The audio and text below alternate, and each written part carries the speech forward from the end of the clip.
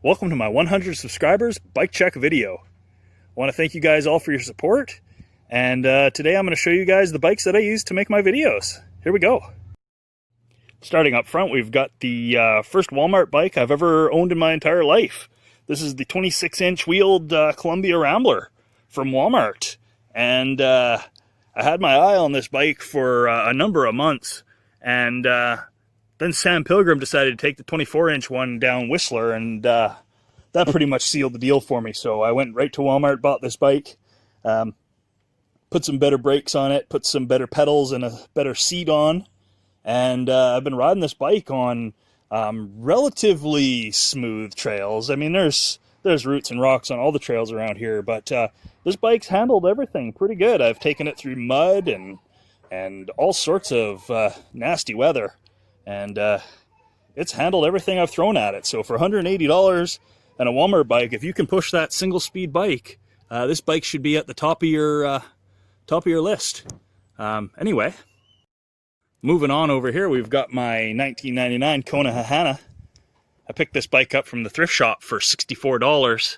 Went ahead and put new tires, brake levers, shifters, new derailleur, bottom bracket, crankset, chain, and cassette on this bike, and basically turned this bike into a brand new bike again. And I use this bike for any kind of long distance riding, any bit of distance. I'm gonna go check things out around the neighborhood. I'll take this bike out. It's got a real comfy saddle and comfy riding position. So that's the Kona Hana. And over here we've got my 2019 Kona Big Hank Steel. This bike's pretty damn capable for a hardtail. It's got a 130 mil RockShox Revelation fork that I have upgraded to the Charger damper, and these 27.5 by 2.8 specialized Butcher tires.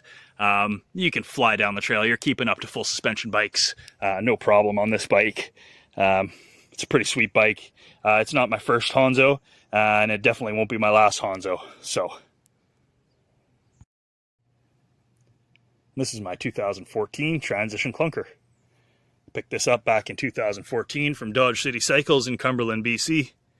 And that was probably the best $550 I ever spent on a bike. This bike's sweet. It's got 26-inch wheels, single speed, and a coaster brake. So flying down the trails on this bike is a hell of a lot of fun. It does have that limited edition RockShox 0mm pike fork on it. You can really feel that go through the travel when you're flying down the trail. And over here we have my 2018 Fit Bike Co. STR. I also picked this bike up for $550 from Dodge City Cycles in Cumberland, BC. And this is the bike I've been using for filming my learning how to manual videos for the past week. It's a pretty solid bike. When I first bought it, the handlebars moved back and forth. I had to take this faceplate off, sand inside, put it back together, and that hasn't moved since. And I had a creaky 8-spline crank, and I took that apart, re-greased it, put it back together with some Loctite, and I haven't had any issues with that. I do have a video on how to do that if you're interested in watching it, if you're having some creakiness coming from your crank. The brakes on this bike aren't very good, but I don't think you're supposed to expect brakes on a BMX to be very good. But yeah, that's my BMX. And last but not least is my Mongoose Stranger Things Mad Max Special Edition BMX.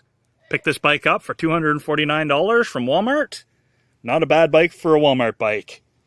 I am going to swap out the super heavy mag wheels that came on this bike. They're probably about as heavy as the whole frame, and put some spoked wheels on this bike. But other than that, this is a sweet bike.